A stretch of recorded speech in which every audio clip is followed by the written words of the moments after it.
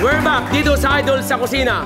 May drink suggestion naman ako para sa inyo. Siyempre, ito yung perfect drinks para sa inyong putahing iniluto ko para sa inyo. Ito ang orange basil juice. Wow! Basil talaga. Basil talaga. Okay. China, kindly open the close. Open the close talaga. Okay, go. Diba? Sabi ko sa iyo, open the close, close. Open the close. Yan natin dyan. Yes. Itong orange, alam mo, China, ito yung mayaman sa vitamin C. Kaya nga, tingnan mo ko, kahit na 67 years old na ako, 67 ka na? 57 pala, so minus 10.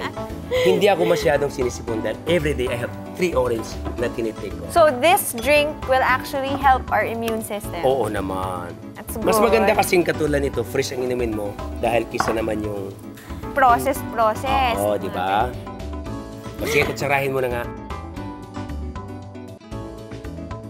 O, takpan mo na. Close the open na naman. Close the open. Yes. Okay, pandarin mo na. Okay, paano ba to? Ha? Naku, nahalatang hindi ako masyadong... Yan! Okay.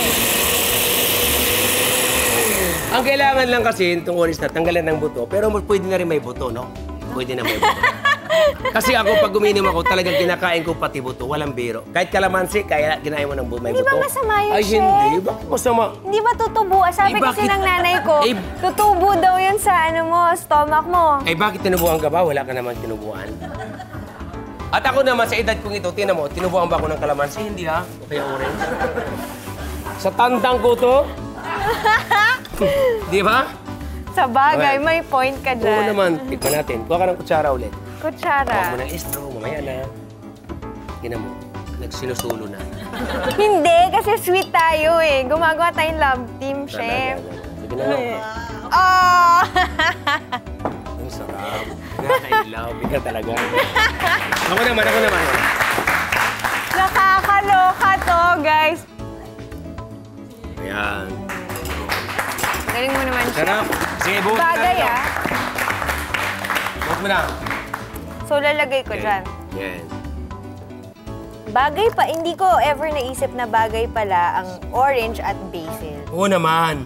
Kasi nga dapat mag-create tayo mga Pilipino. Alam mo tayo mga Pilipino, very creative, di ba? Diyan tayo gumagaling eh. Okay. Lagyan natin ng ice. Ice lang. Maganda rin to sa mga yun nga yung mga tao na health conscious. Oo naman. Okay, cheers! Cheers! Yay!